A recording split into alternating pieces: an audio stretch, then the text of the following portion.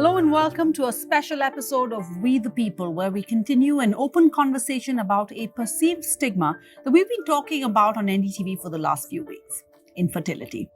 Did you know that infertility affects approximately 15% of Indian couples? Yet, because of that stigma and a lack of awareness of what causes infertility, thousands suffer silently and they don't seek help.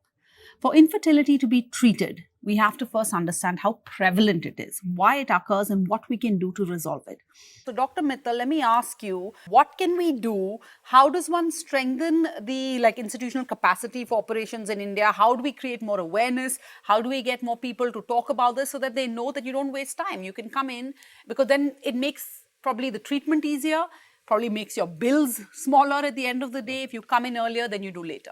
How do we do that? Thank you so much for this question. I think what I feel we should do is create more awareness. Now, to create awareness, we need to first of all make sure that we practice clinical based, evidence based medicine. Second, have a patient centric approach. Once we have a patient centric approach, each patient is treated individually in a different manner.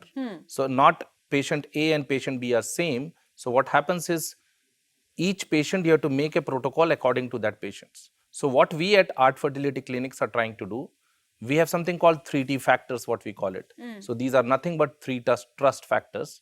We name it as treatment, transparency and technology. When we mean treatment, we mean that each patient has to be treated on clinical based medicine, evidence based medicines with research led.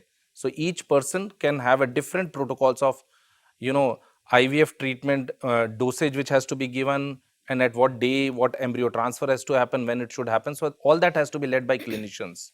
Second would be my technology. I think equally important other than doctors now is AI based embryology lab, where we know that once the embryo goes to those labs and eggs and sperms are there, how are they managed? It is like an ICU for these embryos till the time we transfer it back in mother's womb.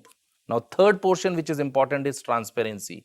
In that comes the question of checking out what is good for patient A, patient B, cost factors involved, what all test needs to be done, whether male is involved or female is involved. So, all three things have to be done. We have created a significant awareness videos around it. What we are doing is we are going through the mediums, various mediums of media, through digital networks, through camps, through awareness camps, where we want to promote this so that everyone knows what is the right solution and the work to be done for them.